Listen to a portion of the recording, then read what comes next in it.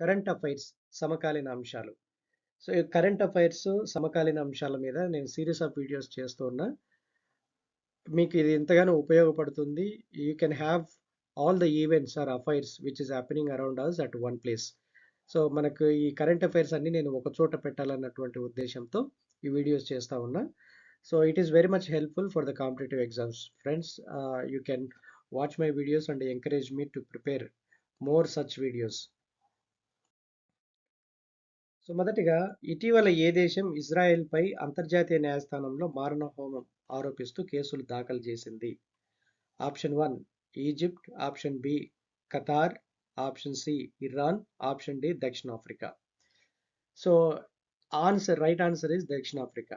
యాక్చువల్‌గా దక్షిణాఫ్రికా రీసెంట్‌గా ఏం చేసిందంటే అంతర్జాతీయ న్యాయస్థానంలో ఇజ్రాయెల్‌లో జరుగుతున్నటువంటి జీనోసైడ్స్ మీద ఈ యొక్క జీనోసైడ్ గురించి తను కంప్లైంట్ చేస్తూ కేసు చేసినటువంటి పరిస్థితి. తర్వాత రెండవది వచ్చేసి భారత నావికాదళం యొక్క కొత్త చీఫ్ మార్షల్ ఇటీవలగా ఎవరు నియమితులయ్యారు?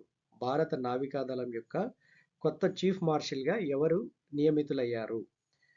Option A admiral Sandeep Naithani, vice admiral Kiran Deshmukh, and option C vice admiral SR Sharma, and option D vice admiral GS Pavi. So the right answer is Admiral Kiran Deshmukh. And coming to the third bit is జనవరి 1, 2024 నుండి ఏ దేశంలో స్వలింగ వివాహానికి చట్టబద్ధమైన గుర్తింపు లభించింది? జనవరి 1, 2024 నుండి ఏ దేశంలో స్వలింగ వివాహానికి చట్టబద్ధమైన గుర్తింపు లభించిందంటే option A Sweden, option B Estonia, option C Netherlands, option D Canada. So the right answer is Estonia. Estonia ఈ ఇయర్ మొదటనే ఈ ఇయర్ బిగినింగ్లో స్వలింగ వివాహానికి సంబంధించినటువంటి విషయంలో చట్టబద్ధమైనటువంటి రికగ్నిషన్ వాళ్ళకు ఇవ్వబడింది. తర్వాత చూస్తే క్షయవ్యాధి రోగులకు వారి పోషకాహార అవసరాల కోసము ఆర్థిక సహాయం అందించే ప్రాథమిక లక్ష్యంతో ప్రభుత్వ పథకం పేరు ఏమిటి? TB Poshan Yojana, Nikshay Poshan Yojana, TB DPD, Akshay Poshan.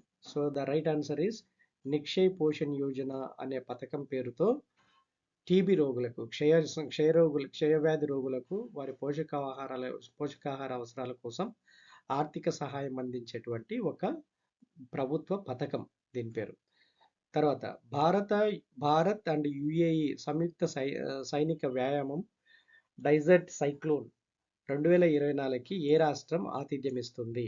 Bharat UAE సంయుక్త సైనిక వ్యాయామం డెజర్ట్ సైక్లోన్ 2024కి ఏ రాష్ట్రం ఆతిథ్యం ఇస్తుంది? First Gujarat, option A Gujarat, option B Punjab, option C Rajasthan, and option D Haryana. So the right answer is option C Rajasthan. Option C Rajasthan. So Rajasthan ఈ సంయుక్త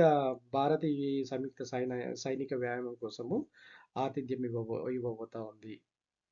తర్వాత పురోగతి కోసము సుఖోయ్ 30 మికీ ఫైటర్ జెట్ ఫ్లీట్ కోసం భారతదేశం అభివృద్ధి చేస్తున్న రాడార్ పేరేమిటి? Very important.